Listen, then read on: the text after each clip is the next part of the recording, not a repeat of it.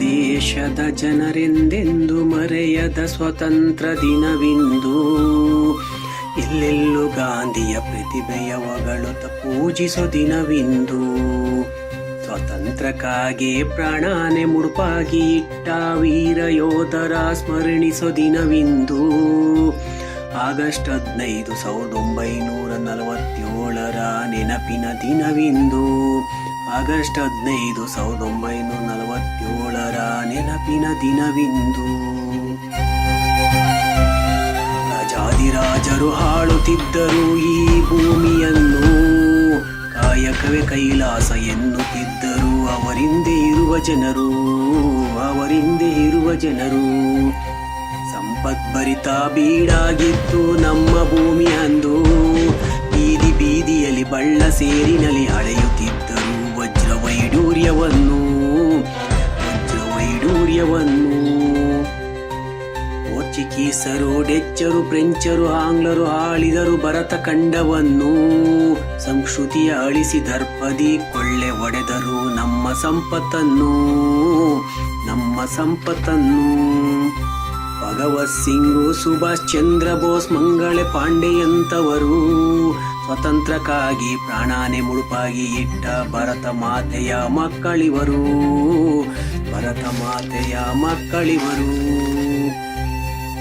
Chicago ಸಮ್ಮೇಳನದಲ್ಲಿ ಹಿಂದೂ ಸಂಸ್ಕೃತಿಯ ಎತ್ತಿ ಹಿಡಿದರಿವರು, ಇವರೇ ವಿಶ್ವಶ್ರೇಷ್ಠ ವಿವೇಕಾನಂದರವರು.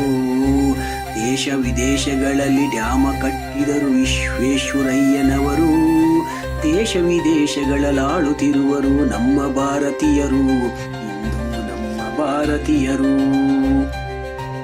ವರ್ಷಗಟ್ಟಲೆ 60 ದೇಶವ ಸುತ್ತಿ ವಿಶ್ವಶ್ರೇಷ್ಠ ಸಂವಿಧಾನ ಕೊಟ್ಟರು ಅಂಬೇಡ್ಕರ್ ಅವರು.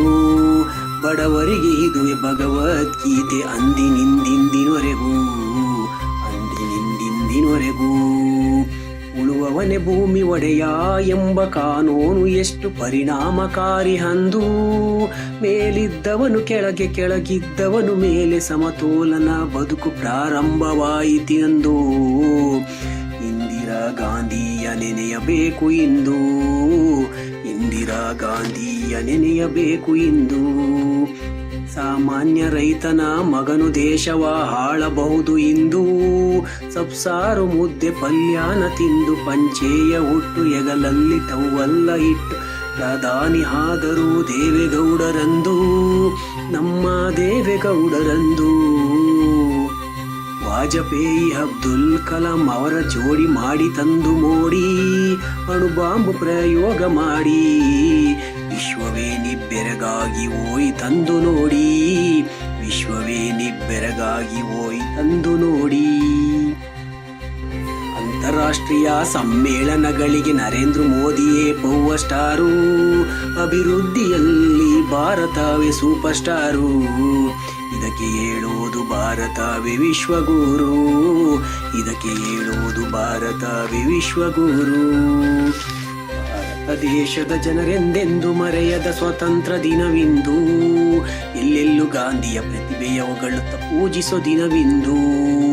ಸ್ವಾತಂತ್ರ್ಯಕ್ಕಾಗಿ ಪ್ರಾಣಾನೆ ಮುಡುಪಾಗಿ ಇಟ್ಟ ವೀರ ಯೋಧರ ಸ್ಮರಣಿಸೋ ದಿನವಿಂದು. ಆಗಸ್ಟ್ 15, 1947 ನೆನಪಿನ ದಿನವಿಂದು.